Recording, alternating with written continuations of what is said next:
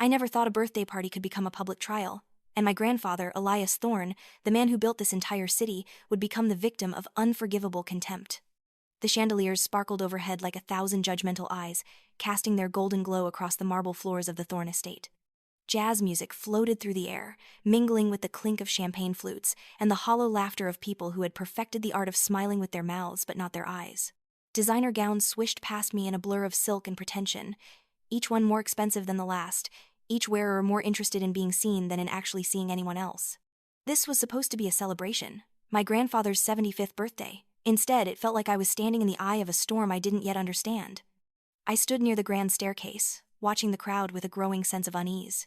My mother, Victoria Thorne, glided through the guests with practiced grace, her red Valentino gown hugging her slim figure, her platinum jewelry catching the light with every calculated movement. My father, Marcus, stood by the bar, laughing too loudly at a joke that probably wasn't funny, his hand resting possessively on the shoulder of a business associate. They looked perfect. They always did. That was the problem. The music suddenly stopped. A hush fell over the crowd as all eyes turned toward the staircase. My grandfather was descending, moving slowly, deliberately, his hand gripping the mahogany railing with a slight tremor I had never noticed before. He wore a bespoke navy suit that fit him perfectly, tailored to his still proud frame despite his age. But something was wrong. Terribly, horrifically wrong. His head was completely bald. Not the natural baldness of age, but a fresh, deliberate shaving. His scalp shone under the chandelier lights, pale and vulnerable, marked with small red scratches that looked angry and raw. They were the kind of marks you get when someone does something in a hurry, without care, without love. My breath caught in my throat. Grandfather had always had a full head of silver hair, thick and distinguished. This was not some style choice. This was violence disguised as a joke. The silence stretched for what felt like an eternity. Then my mother's voice cut through it like a knife wrapped in velvet. She let out a peal of laughter, bright and sharp and utterly without warmth. "Oh my God, Dad, you actually did it? I told you it would make you look younger." Her voice carried across the room, ensuring everyone heard, ensuring everyone knew this was supposed to be funny. My father quickly joined in, striding over to clap grandfather on the shoulder with false heartiness. "That's right, Pops. New trend. All the billionaires in Miami are doing it." His laugh was too loud, too forced, and I saw several guests exchange uncertain glances before joining in with nervous chuckles of their own. I could not move. I stood frozen, watching my grandfather's face.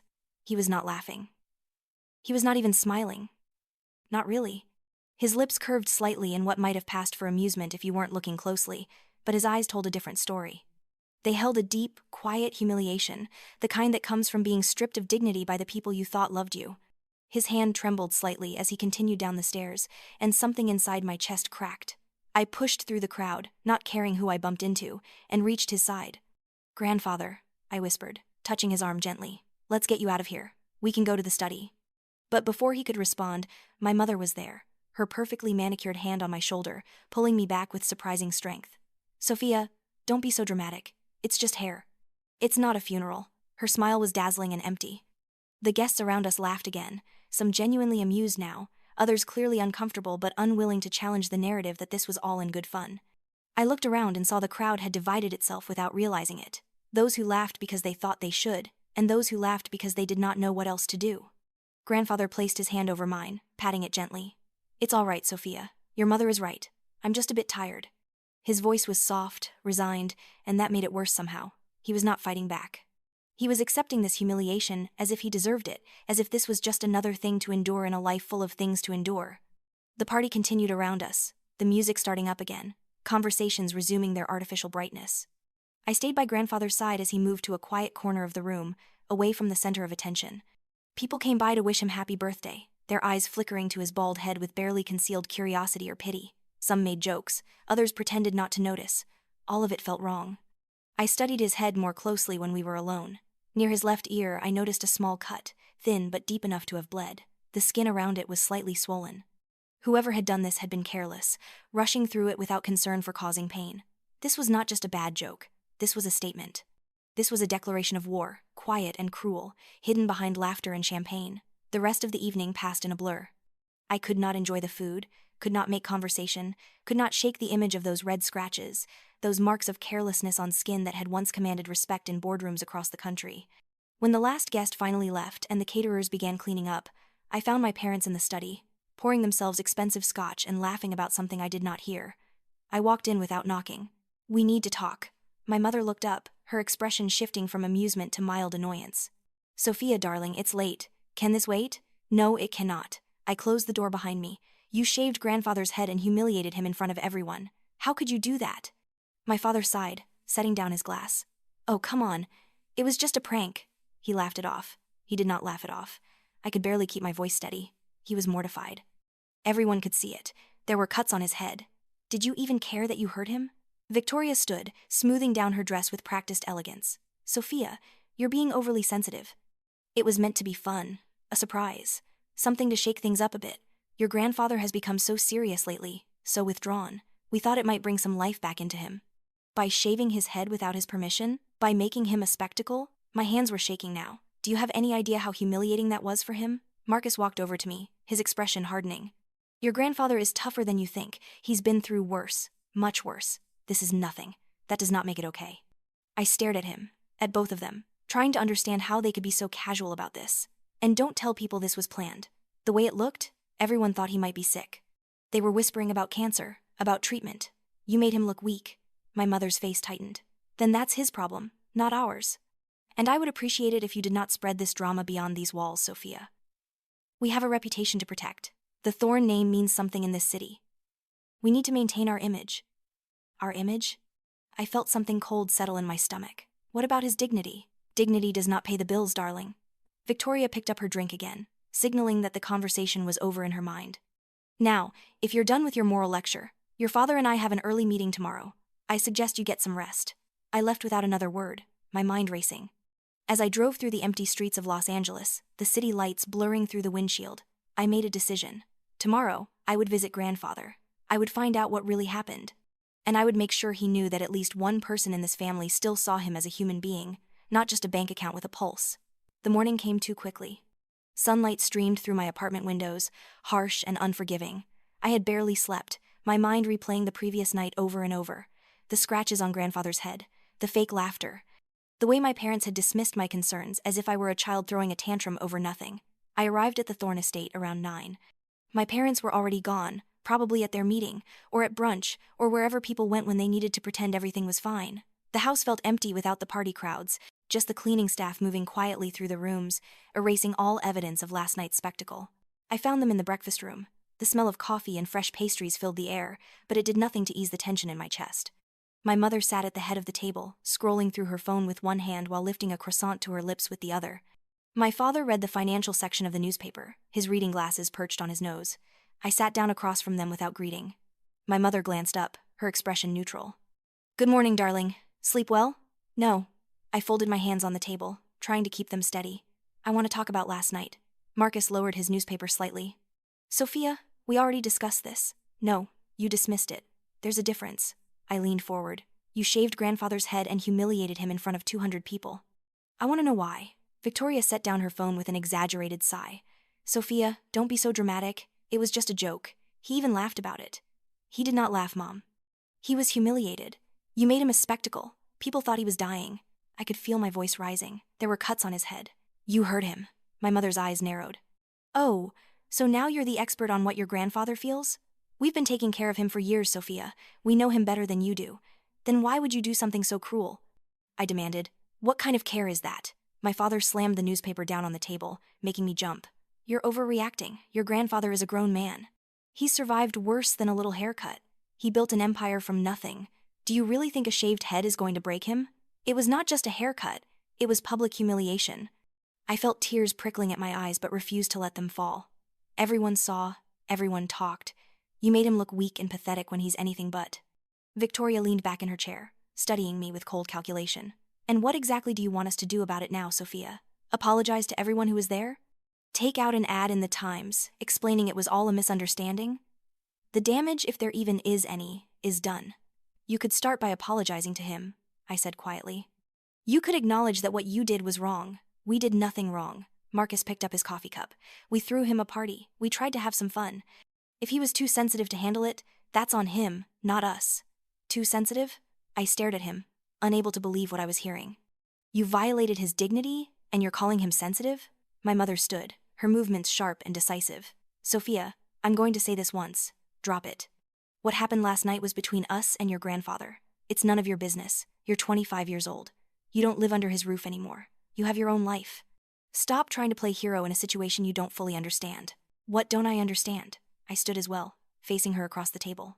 That you and Dad treat him like an ATM instead of a person? That you only care about his money? That's enough. Victoria's voice turned icy. You have no idea what we've sacrificed for this family. No idea what it takes to maintain the lifestyle you've enjoyed your entire life. So before you start throwing accusations around, remember who paid for your education, your apartment, your car, everything you have. And that gives you the right to humiliate him? I shot back. Money does not buy you permission to be cruel. Get out. My mother pointed toward the door. Go visit your precious grandfather if you care so much. Let him fill your head with his martyr complex. But don't come back here with this attitude. I won't tolerate it. I left without another word, my hands trembling with rage and disbelief. The drive to grandfather's house in the Hollywood Hills felt longer than usual. My mind kept replaying the conversation, the casual cruelty in my mother's voice, the dismissive way my father had waved off my concerns. How had they become these people? Or had they always been this way, and I had just been too blind to see it? Grandfather's estate was different from my parents' home. Where theirs was all modern glass and cold minimalism, his was classic California Spanish revival, with warm terracotta tiles and ivy climbing the stucco walls. It felt like stepping back in time, to an era when things were built to last, when craftsmanship mattered more than trends. I found him on the back terrace, sitting in a wicker chair overlooking the garden. He wore a soft gray cap that covered his head, and for a moment, I could pretend last night had not happened. But then he turned toward me, and I saw the sadness in his eyes, the kind that settled deep and refused to leave. Sophia. He smiled, but it did not reach his eyes. I was wondering if you would come. I sat down in the chair next to him, not sure where to begin. Grandfather, I'm so sorry about last night. What they did to you is unforgivable. He waved a hand dismissively. It's over now. No use dwelling on it. But it's not over. I leaned forward, willing him to look at me. They humiliated you. In your own home. In front of everyone. Why didn't you stop them? Why didn't you fight back? He was quiet for a long moment, staring out at the garden where roses bloomed in neat rows. Because sometimes, my dear, silence says more than words ever could. Last night confirmed what I've suspected for a long time. They don't see me as a person anymore. They see me as a wallet with a heartbeat. And you, Sophia, you still see me as human. That matters more than you know. I felt tears sliding down my cheeks. I don't understand how they could do that to you. You gave them everything. That's precisely the problem. He turned to me, his eyes sharp despite the sadness. I gave them everything without requiring anything in return. No respect, no gratitude, just money. And when you give people money without teaching them its value, you create monsters. Beautiful, well-dressed monsters, but monsters nonetheless. We sat in silence for a while, the morning sun warming our faces. Then Grandfather reached into his jacket pocket and pulled out a thick cream envelope, sealed with red wax bearing the Thorne family crest. He handed it to me. What is this? I asked, turning it over in my hands. Insurance. He settled back in his chair. Keep it safe. Open it when the time is right. You'll know when that is. I wanted to ask more questions, but something in his expression stopped me. Instead, I tucked the envelope into my bag and stayed with him for the rest of the morning. Just talking. Just being present. It was the least I could do. The days that followed were strange. My parents suddenly became attentive to Grandfather in a way I had never seen before. Victoria visited him 3 times in 1 week, bringing expensive fruit baskets and bottles of wine that probably cost more than most people's monthly rent. She called him Daddy in a voice dripping with false sweetness, touching his arm, laughing at his jokes. Marcus joined her, bringing cigars and business magazines, chatting about stocks and investments with an enthusiasm that felt rehearsed. They were performing, I realized, putting on a show. But for whom? I got my answer one evening when I stopped by my parents' house to pick up some documents I had left there. I heard voices coming from the study and paused outside the door, something making me stay quiet and listen. We need to fix this. Victoria's voice was sharp, stressed. If he changes his will, we're screwed. Everything we've built depends on that inheritance. He's just being difficult. Marcus sounded less concerned. He'll come around. He always does. The old man needs us more than he wants to admit. You didn't see his face that night. Victoria's heels clicked on the hardwood floor, pacing. He looked at me like I was a stranger, like I was something disgusting. We pushed too far, Marcus. We got cocky. Then, we apologize. We grovel. We do whatever it takes. The sound of ice clinking in a glass, but we don't panic. Elias built his empire on calculation, not emotion. He won't throw away decades of planning over one bad night. One bad night? Victoria laughed, bitter and sharp. We shaved his head and laughed at him in front of the entire Los Angeles elite. That's not one bad night, that's a declaration. And if he's smart, which we both know he is, he's already talking to lawyers. I backed away from the door, my heart pounding. So that was it. The sudden affection, the visits, the concerned phone calls. It was all about the money. It had always been about the money, but now they were scared. Scared that grandfather would finally do what he should have done years ago. I confronted them the next day. I walked into their house without knocking, found them having breakfast on the patio, and slammed my hands down on the table hard enough to make the coffee cups rattle. I know what you're doing. My mother looked up, her expression carefully neutral. Good morning to you too, Sophia. What exactly are we doing? You're trying to manipulate grandfather. All these visits, all this sudden concern, it's because you're terrified he'll cut you out of his will. Marcus set down his fork slowly. That's a serious accusation. It's the truth. I glared at both of them. I heard you talking last night. About fixing things, about inheritance. You don't care about him. You just care about his money. Victoria's mask slipped for just a moment, her eyes flashing with anger before she composed herself. Sophia, you're spending too much time with your grandfather. He's filling your head with nonsense. We're a family. Families have complicated dynamics. You wouldn't understand because you've never had to make the hard choices we've made. Hard choices? My voice rose. Like humiliating an old man for entertainment? Like treating him as nothing more than a bank account? Watch your tone. My father stood, his face reddening. You have no idea what we've sacrificed, what we've endured. Your grandfather is not some saint. He built his empire on ruthless decisions and cutthroat business practices. Don't let him rewrite history now that he's old and sentimental. That does not give you the right to torture him. I stood my ground, and calling it a joke does not make it any less cruel. My mother rose gracefully, smoothing her silk blouse. This conversation is over. You're clearly too emotional to be rational. When you calm down, we can discuss this like adults. Until then, I suggest you focus on your own life and let us handle family matters. I left, but not before I saw something in my mother's eyes. Fear. Real, genuine fear. And it gave me a strange sense of satisfaction. Whatever grandfather was planning, they sensed it coming, and they were right to be afraid. Over the next few weeks, I visited grandfather regularly. We would sit in his garden, or in his library lined with first editions and leather-bound journals, and talk about everything and nothing. He told me stories about building his company from a single construction contract to a multi-billion-dollar empire. He talked about mistakes he had made, relationships he had neglected, priorities he had gotten wrong. I gave them everything they wanted, he said one afternoon, staring at an old photograph of Victoria as a child. But I never taught them to earn it. That was my failure.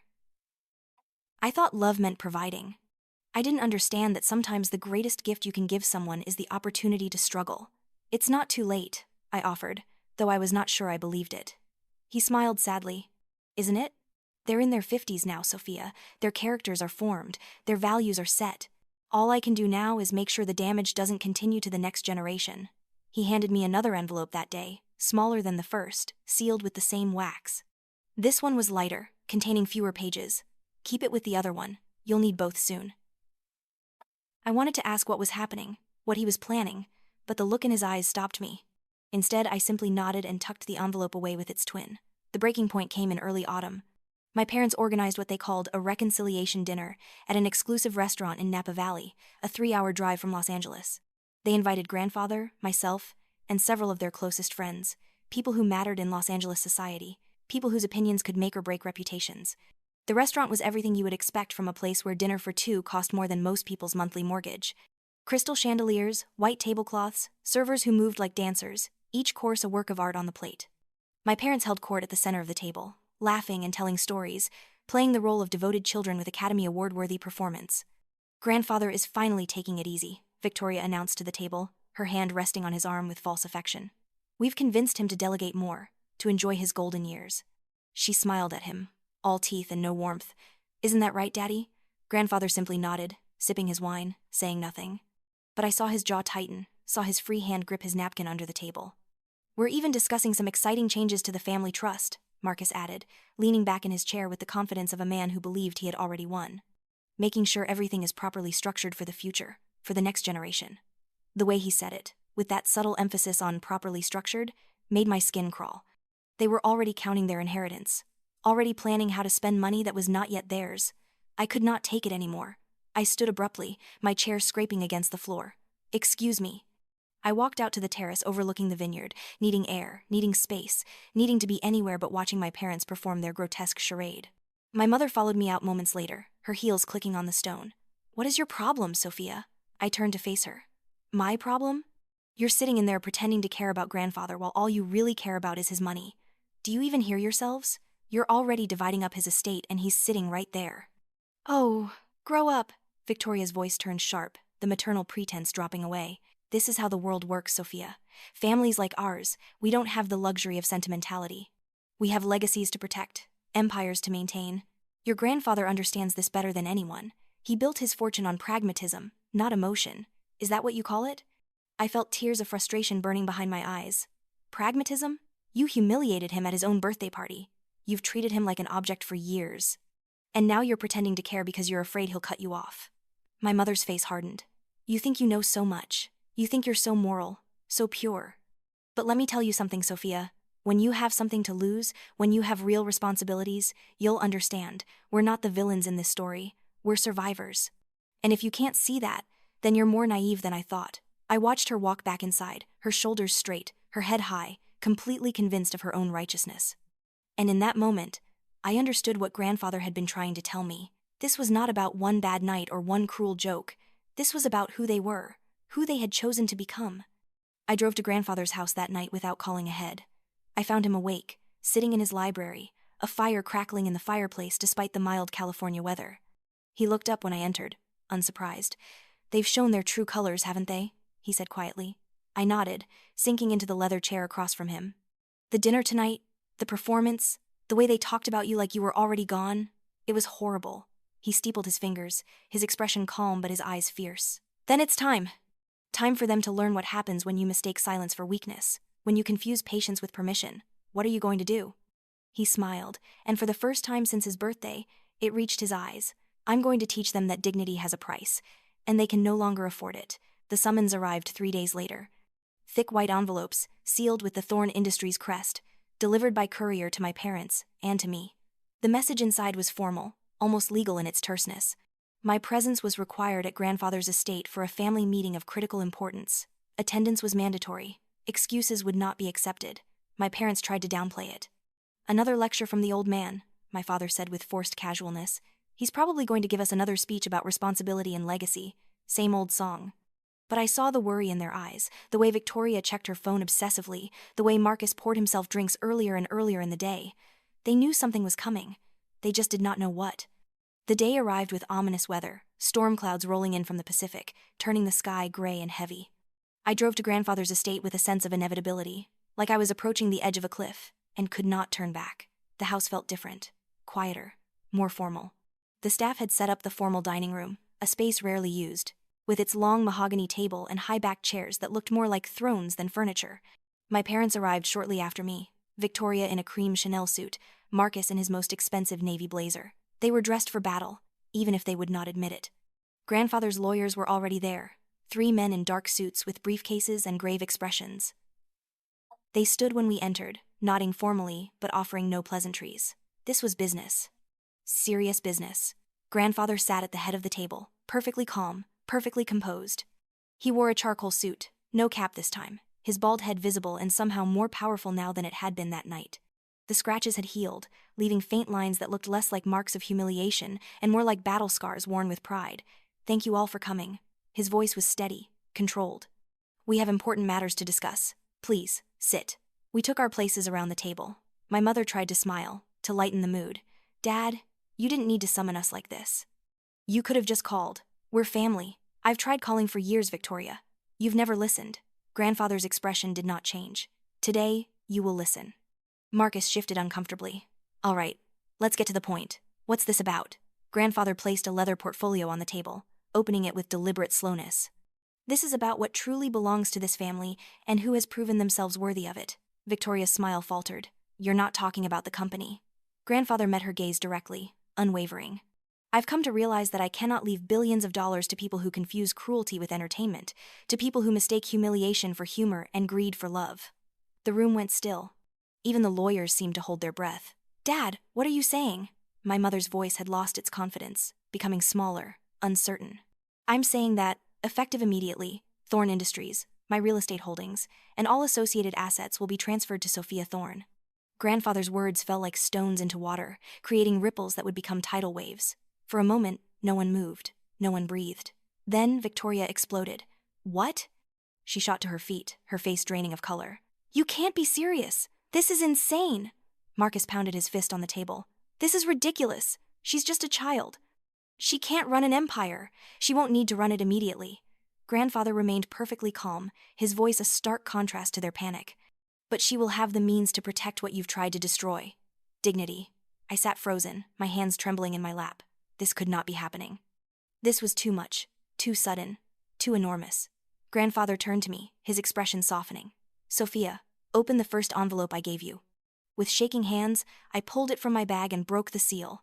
Inside was a letter in Grandfather's precise handwriting, dated the day after his birthday. I read it aloud, my voice barely above a whisper.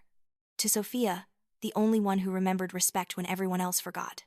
Victoria lunged toward me, her carefully maintained composure shattering. You manipulated him. You poisoned his mind against us. I did nothing, I said quietly, looking up at her. I just treated him like a human being. Maybe if you had done the same, we wouldn't be here. Marcus's face had turned red, veins standing out in his neck.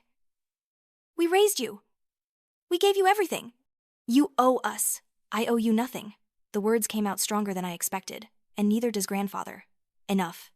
Grandfather struck his cane against the floor, the sound echoing through the room like a gavel. Silence fell immediately. I owe you nothing, he repeated slowly. I gave you chances to show love. Instead, you showed greed. You humiliated me. You mocked me. You treated me like a joke. You thought my silence was weakness. His eyes moved to me, warming slightly. But Sophia listened. Sophia saw the person, not the money. Victoria's face crumpled, tears streaming down her cheeks. Dad, please. You can't cut us out like this. We were stupid. Okay, we were wrong. We'll apologize. Just give us another chance. Apologies mean nothing when they come after inheritance. Grandfather's voice was ice. You laughed when I was stripped of dignity. Now you'll know what it feels like to be stripped of comfort. Please, Dad, don't do this. Victoria fell to her knees, actually begging now. We're family. Family is not a title. It's a choice, and you chose money over me. Grandfather looked at each of them in turn. Every credit card, every allowance, every trust fund distribution. Frozen. The house you live in? It was never yours. It belongs to the trust.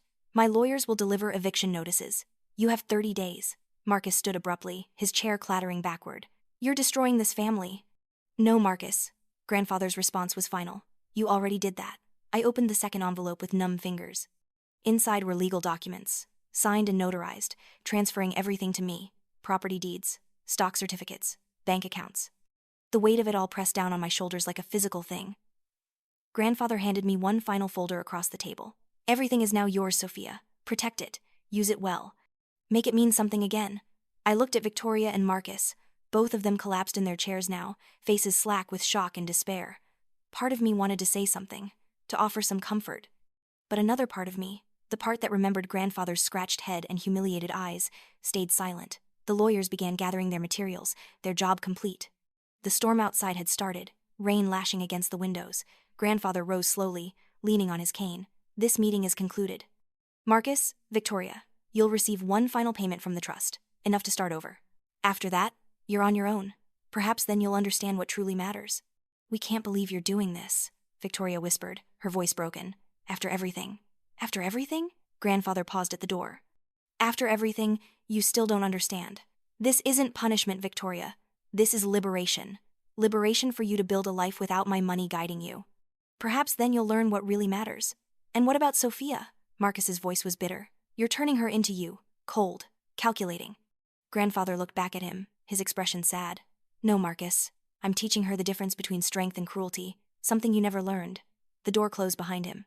The lawyers followed. And I was left alone with my parents, the three of us sitting in the ruins of everything they had built their lives upon. Victoria looked at me, her makeup ruined by tears, her perfect facade cracked beyond repair. How can you just sit there? How can you let him do this to us? I met her gaze steadily. How could you shave his head and laugh while you did it? She had no answer. Neither did Marcus. They left separately, Victoria first, then Marcus minutes later, neither of them able to look at me. I sat alone in that formal dining room for a long time, staring at the folders in front of me, trying to comprehend what had just happened. My life had changed in the span of an hour. I was now responsible for a business empire, for hundreds of employees, for a legacy that stretched back decades. The weight of it should have crushed me. Instead, I felt something unexpected. Relief. Justice. the sense that something fundamentally wrong had finally been set right. The news broke the next morning like a tsunami. Every major financial publication led with the same headline, variations on a theme. Billionaire Elias Thorne transfers entire fortune to granddaughter. Thorne Industries heiress, 25. Inherits billions in shocking move. The granddaughter who got it all, inside the Thorne family upheaval. The photographs were everywhere, pictures of grandfather and me leaving his estate, his hand on my arm, my face serious and determined. Pictures of the Thorne Industries headquarters, its glass and steel tower gleaming in the Los Angeles skyline. Archive photos of Victoria and Marcus at charity galas, at business conferences, always perfectly dressed, always perfectly positioned for the camera. I watched the story spread across social media like wildfire. Everyone with an opinion, everyone with a theory. Some praised grandfather's decision. Others called it cruel, vindictive, the act of a bitter old man punishing his children for one mistake. If they only knew. If they understood that it was not one mistake but years of contempt, years of treating him as less than human. My phone rang constantly. Reporters, business associates. Friends I had not heard from in years, suddenly very interested in reconnecting. I ignored most of them, focusing instead on the mountain of work ahead. Learning the business, meeting with executives, understanding exactly what I had inherited and what it meant. Victoria and Marcus, meanwhile, were living their nightmare publicly. I heard through the grapevine, through whispered conversations and gossip columns, that Victoria's credit cards had been declined at Bergdorf Goodman. That Marcus had tried to access the country club and been informed his membership had lapsed. Small humiliations, perhaps, compared to what they had done to grandfather, but devastating to people who had built their entire identities on wealth and status. I saw Victoria once during those first terrible days. She was leaving her house, our house, the mansion that was no longer hers, carrying boxes to her car. She wore jeans and a simple sweater, no makeup, her hair pulled back in a ponytail. She looked like a stranger. When she saw me pulling up, she froze. We stared at each other across the circular driveway, the fountain between us no longer running. Grandfather had ordered it shut off. Every luxury, every comfort, everything that required money to maintain, had been cut off. The gardeners were gone. The pool service was gone. The house itself would soon be gone. Sophia. Her voice was hoarse, tired. Have you come to watch us pack? No. I stepped out of my car. I came to see if you needed help. She laughed, but it was hollow, empty. Help? From you? You took everything from us. I didn't take anything. You threw it away. I kept my voice steady. The night you shaved his head and laughed. That's when you lost everything. You just didn't know it yet. We made a mistake. Tears filled her eyes. One mistake, Sophia. And he's punishing us for the rest of our lives. It wasn't one mistake. I stepped closer. It was years of treating him like an ATM. Years of caring more about his money than his humanity. That night was just when it finally became undeniable. So what now? She wiped her eyes with the back of her hand, smearing dirt across her cheek. You just let us lose everything? Watch us struggle? Grandfather is giving you enough to start over. More than most people ever have. I met her gaze directly. What you do with it is up to you. Maybe you'll finally learn what things actually cost when you have to work for them. You sound like him. Her voice turned bitter, cold, righteous. No, I shook my head. I sound like someone who watched you destroy a good man's dignity and refused to pretend it didn't matter. She turned away, going back to her boxes. I stood there for another moment, then left. There was nothing more to say. The bridge between us had burned long ago. We were just now watching the ashes settle. 3 weeks later, I walked into Thorne Industries headquarters for the first time as its owner. The building rose 47 stories above downtown Los Angeles, all glass and modern architecture. Grandfather's name etched in steel letters above the entrance. My name now, I realized with a jolt. My responsibility? The executive team waited in the boardroom, 12 men and women who had built their careers serving Elias Thorne, now staring at his 25-year-old granddaughter with barely concealed skepticism. I could read their thoughts on their faces. Too young, too inexperienced, too emotional. This company would be sold or destroyed within a year. I stood at the head of the table, the same table where grandfather had made decisions that shaped the Los Angeles skyline, and I looked at each of them in turn. I know what you're thinking. I'm too young for this, too unprepared. Maybe you're right. A few exchanged glances. The CFO, a stern woman named Patricia Chen, raised an eyebrow. But here's what I know. I placed my hands on the table, leaning forward. This company was built on my grandfather's vision, not just to make money, but to build things that mattered. To create jobs, to strengthen communities, to leave the world better than he found it. Somewhere along the way, we lost that vision. It became about profit margins and quarterly returns and beating the competition. I'm not here to maintain the status quo. I'm here to return to the original vision. Building with purpose, not just power. The room was silent. Then Richard Morrison, the chief operating officer, spoke up. With respect, Miss Thorne, vision is admirable, but it doesn't pay salaries. What exactly are you proposing? I opened the portfolio I had brought. Over the next 2 hours, I outlined a plan that grandfather and I had developed in secret over the past weeks, restructuring our focus toward sustainable development. Establishing the Thorne Legacy Fund to support small family-owned construction businesses, implementing profit sharing for all employees, not just executives. Changing our company motto from building for power to building for purpose. Some of them resisted, some asked hard questions, but by the end of that meeting I saw something shift. They were not looking at me as a child playing dress-up anymore. They were looking at me as someone who might actually know what she was doing. Patricia Chen stayed behind after the others left. You know, she said quietly, your grandfather tried to implement some of these ideas 20 years ago. Your mother and father shut him down, said it was too idealistic, too expensive. They wanted faster returns, bigger profits. I looked at her in surprise. I didn't know that. There's a lot you don't know about this company's history. She gathered her materials. But if you're serious about this, about really honoring your grandfather's vision, you'll have my full support. Thank you. It was all I could manage to say. The months that followed were the hardest of my life, learning to run a multi-billion-dollar company while the world watched, waiting for me to fail. Dealing with board members who resented my age, with competitors who saw me as weak, with a media that could not decide if I was a hero or a spoiled heiress playing at business. But slowly, painfully, things began to change. The Thorne Legacy Fund launched, helping 36 small businesses in its first year. Employee satisfaction scores rose for the first time in a decade. We won contracts not because we bid lowest, but because clients trusted our commitment to quality and ethics. I learned every employee's name, just as grandfather had. I wrote thank you notes by hand. I showed up at construction sites in jeans and a hard hat, asking questions, listening to the workers who actually built what we designed. The company began to feel less like a corporate machine and more like what grandfather had always intended, a family. Not the dysfunctional, money-obsessed family I had grown up in, but a real family built on mutual respect. Victoria and Marcus, meanwhile, struggled to rebuild. I heard updates through various sources, painting a picture of two people forced to confront reality for the first time in decades. Victoria had taken a job, of all things, volunteering at a community kitchen downtown. Not for show, not for publicity, but because she needed something to fill her days, something to give her purpose beyond shopping and socializing. Marcus started consulting for small startups, using his business knowledge to help entrepreneurs who could not afford the big firms. He was good at it, I heard, patient in a way he had never been with family. I visited grandfather's grave on a cool morning in December, 8 months after the transfer. He had died peacefully in his sleep 2 weeks after the board meeting, his work complete, his legacy secured. The headstone was simple, elegant. Elias Thorne, builder, not billionaire, not tycoon, builder. The company is thriving, I told him, kneeling beside the grave. We just landed the contract for the new children's hospital. Pro bono, just like you always wanted to do but never got the chance. And the legacy fund. It's changing lives, grandfather. Real lives. The wind rustled through the trees, carrying the scent of roses from the memorial garden nearby. Mom and Dad, they're trying. I continued, really trying.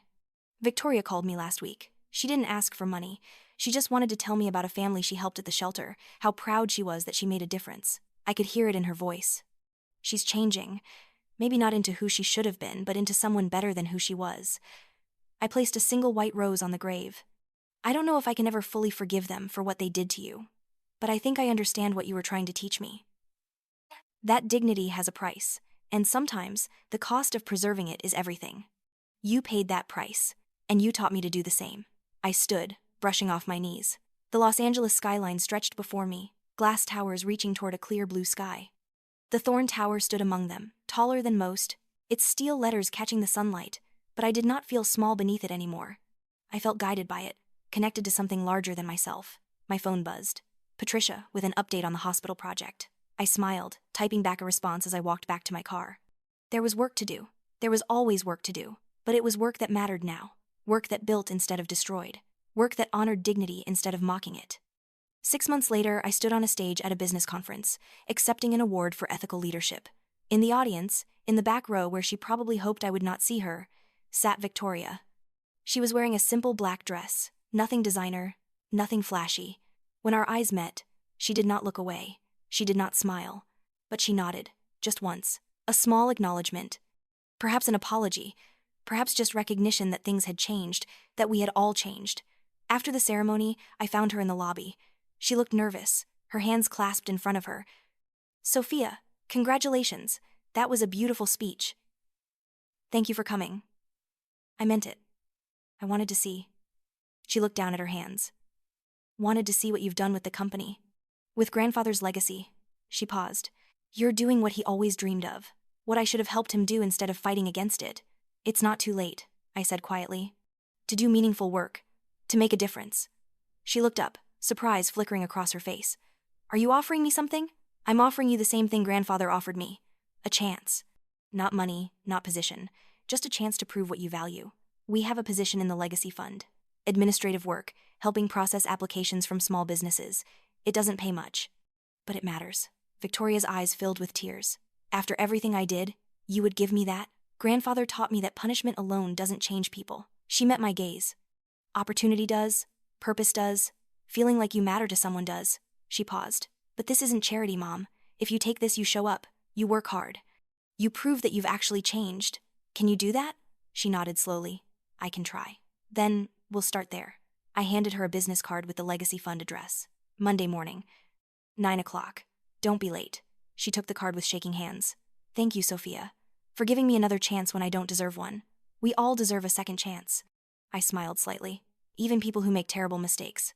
But you only get one. Make it count." I watched her leave, walking out into the Los Angeles sunshine with more purpose in her step than I had seen in years. Marcus was waiting for her by the curb, and they spoke quietly before getting into a modest sedan, nothing like the luxury cars they once drove. They looked smaller somehow, more real, more human. That evening, I returned to grandfather's house, the house that was now mine but would always feel like his. I sat in his library, surrounded by his books, his journals, his lifetime of accumulated wisdom. On the desk sat a photograph from his 75th birthday, before everything changed. He looked happy in it, surrounded by family, unaware of what was coming. I placed a new photograph beside it, the award ceremony from today. Me on stage, accepting recognition for building the kind of company he had always envisioned. In the background, barely visible, Victoria watching from the audience. "You were right," I said aloud to the empty room. "Silence does speak louder than words, and sometimes the greatest gift you can give someone is not comfort, but the opportunity to discover their own strength." The city lights began to glow as evening fell, thousands of points of light spreading across the Los Angeles basin. The Thorn Tower stood among them, a beacon my grandfather had built and I was now responsible for maintaining. But it was not a burden, it was a promise.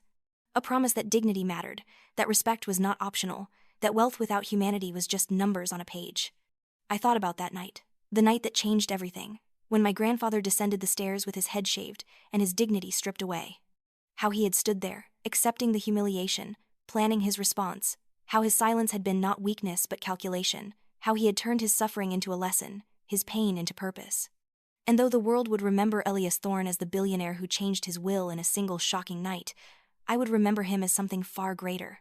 The man who taught me how to keep my soul from being stripped bare. The man who showed me that true wealth is not measured in zeros, but in the quiet moments when you choose respect over ridicule, love over power, dignity over ease. The phone rang. "Patricia, with news about the hospital groundbreaking," I answered. "Ready to work? Ready to build. Ready to honor the legacy I had been given not through birth, but through choice. The choice to see a person when others saw only profit. The choice to defend dignity when others found cruelty convenient. The choice to be better than the example I was raised with." That, I realized as I discussed construction timelines and budget allocations, was the real inheritance. Not the money, not the company, not the tower with our name on it. But the knowledge that who we are matters more than what we have. That how we treat others in their weakest moments defines us more than how we perform in our strongest. That dignity, once lost, can be reclaimed, but only at great cost, and with even greater courage. Grandfather had paid that cost. He had shown that courage. And in doing so, he had given me the most valuable gift of all. Not billions of dollars or a business empire, but a compass to guide me through the rest of my life. A compass that always pointed toward respect, toward purpose, toward the kind of wealth that cannot be deposited in banks or invested in markets. The kind of wealth that lives in how we treat each other when no one is watching, how we lift up those who fall, how we defend those who cannot defend themselves. How we remember that beneath all the money and power and status, we are all just humans trying to maintain our dignity in a world that constantly tries to strip it away. I ended the call and sat for a moment in grandfather's chair, in his library, in his house that now echoed with memory more than presence. Outside, Los Angeles glowed and hummed with life. Inside, I felt the weight of responsibility and the lightness of purpose combining into something I had never quite felt before. Peace. Not the absence of conflict, but the presence of meaning. The knowledge that I was doing exactly what I was meant to do, honoring exactly who I was meant to honor, becoming exactly who I was meant to become. And in that moment, I understood why Grandfather had smiled that day when he handed me those envelopes, why he had faced his humiliation with such calm, why he had orchestrated everything with such precision. He was not just punishing Victoria and Marcus. He was not just rewarding me. He was teaching all of us the most important lesson of his life. That dignity cannot be given or taken. It can only be claimed. And once claimed, it transforms everything it touches. It transforms companies into communities. It transforms wealth into purpose. It transforms revenge into redemption. I stood, turning off the lights in the library, leaving Grandfather's photograph illuminated by the last rays of sunset streaming through the window. Tomorrow I would return to work. Tomorrow I would continue building the legacy he had started and I had inherited. Tomorrow I would face new challenges, new obstacles, new opportunities to prove that dignity mattered more than dollars. But tonight, I would simply remember. Remember the man who built a city. Remember the night he was broken. Remember the revenge he orchestrated with such devastating precision. Remember the lesson he taught through silence, through suffering, through the ultimate act of love disguised as punishment.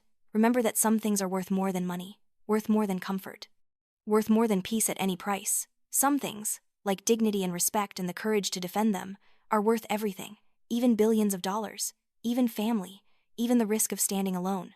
Grandfather had stood alone that night on the staircase, his head shaved, his dignity assaulted, his family laughing. But he had not been broken. He had been calculating, planning, preparing to teach the lesson that only true suffering can teach, that we all have a choice. Every day, in every interaction, we choose who we will be. Whether we will lift others up or tear them down, whether we will see humans or resources, whether we will value dignity or convenience. Victoria and Marcus had made their choice. They had chosen convenience over dignity, laughter over respect, greed over love. And Grandfather had shown them the cost of that choice with ruthless clarity. But he had also shown them a path back. Through struggle, through work, through learning to value what truly matters. He had not destroyed them. He had liberated them, given them the opportunity to discover who they could be without money to hide behind. Whether they would take that opportunity remained to be seen. Victoria's appearance at the conference was promising. Her willingness to work for the Legacy Fund was more promising still. But actions, not intentions, would prove whether the change was real. As for me, I had my own path to walk, my own company to build, my own legacy to create, not in Grandfather's shadow, but in his light. Using what he taught me to illuminate the way forward for others, to show that business could be ethical and profitable, that wealth could serve purpose instead of ego. That power could protect dignity instead of destroying it. The Thorn name meant something in Los Angeles. For decades, it meant construction and real estate and business acumen. Now, I would make it mean something more: integrity, ethics, respect, the kind of things that could not be measured on balance sheets but mattered more than anything that could. I locked the door behind me, stepping out into the California night. The air smelled of jasmine and possibility. The city spread before me, millions of lights, millions of stories, millions of people just trying to live with dignity in a world that made it difficult. I would help them. That would be my purpose. My grandfather's final gift to me. Not just a company, but a mission. Not just wealth, but the responsibility to use it well. Not just a name, but the duty to make it mean something worth inheriting. And as I drove through the darkened streets toward my apartment, past the Thorn Tower glowing against the night sky, I felt something settle deep in my chest. Something that felt like rightness. Like alignment between who I was and what I did. Like the universe had tested me, found me worthy, and granted me the opportunity to make a difference. Grandfather had said that silence speaks louder than words. He had been right. His silence that terrible night had spoken volumes. It had communicated hurt and calculation and planning in equal measure. It had set in motion everything that followed. But there was another silence too. The silence of dignity maintained under assault. The silence of respect given when ridicule was easier. The silence of love that persists even when it is not returned. That was the silence I would carry forward. Not the silence of victimhood, but the silence of strength. Not the silence of acceptance, but the silence of preparation. Not the silence of defeat, but the silence of victory waiting to be claimed. Elias Thorn had claimed his victory, had reclaimed his dignity, had taught his lesson with devastating effectiveness. And he had passed the torch to me, trusting that I would carry it forward, would build on what he started, would create something worthy of the sacrifice he made. I would not fail him, could not fail him. The memory of his scratched head, his humiliated eyes, his trembling hands, was burned into my memory forever. A reminder of what happens when we forget that everyone deserves respect. Everyone deserves dignity. Everyone deserves to be seen as human, not just useful. That was the lesson. That was the legacy. That was the inheritance that mattered more than all the billions in the bank. And I would spend the rest of my life honoring it, building on it, sharing it with everyone whose life I touched. Because that was what grandfather had really given me. Not wealth, but wisdom. Not power, but purpose. Not just a company, but a compass to guide me through the rest of my days. A compass that always pointed toward dignity, toward respect, toward the understanding that how we treat others in their vulnerable moments defines us more than any achievement or acquisition ever could. I had learned that lesson well, and now I would teach it to others. Through the company I built, through the lives I touched, through the example I set every single day. That was true wealth. That was real power. That was the legacy worth dying for. And as the city lights blurred past my window, I smiled, feeling grandfather's presence beside me, approving, encouraging, believing in the woman I was becoming and the leader I would be. We had won. Not just the company, not just the money, but something far more valuable. We had won back dignity. We had proven that respect matters. We had shown that silence, strategic and purposeful, could speak louder than any words. And in the end, that was the greatest revenge of all. Not destruction, but transformation. Not punishment, but redemption. Not an ending, but a beginning of something better, something worthy, something that honored the man who had sacrificed everything to teach us what truly mattered. This was his gift. This was my inheritance. This was our legacy, and I would make damn sure it lasted forever.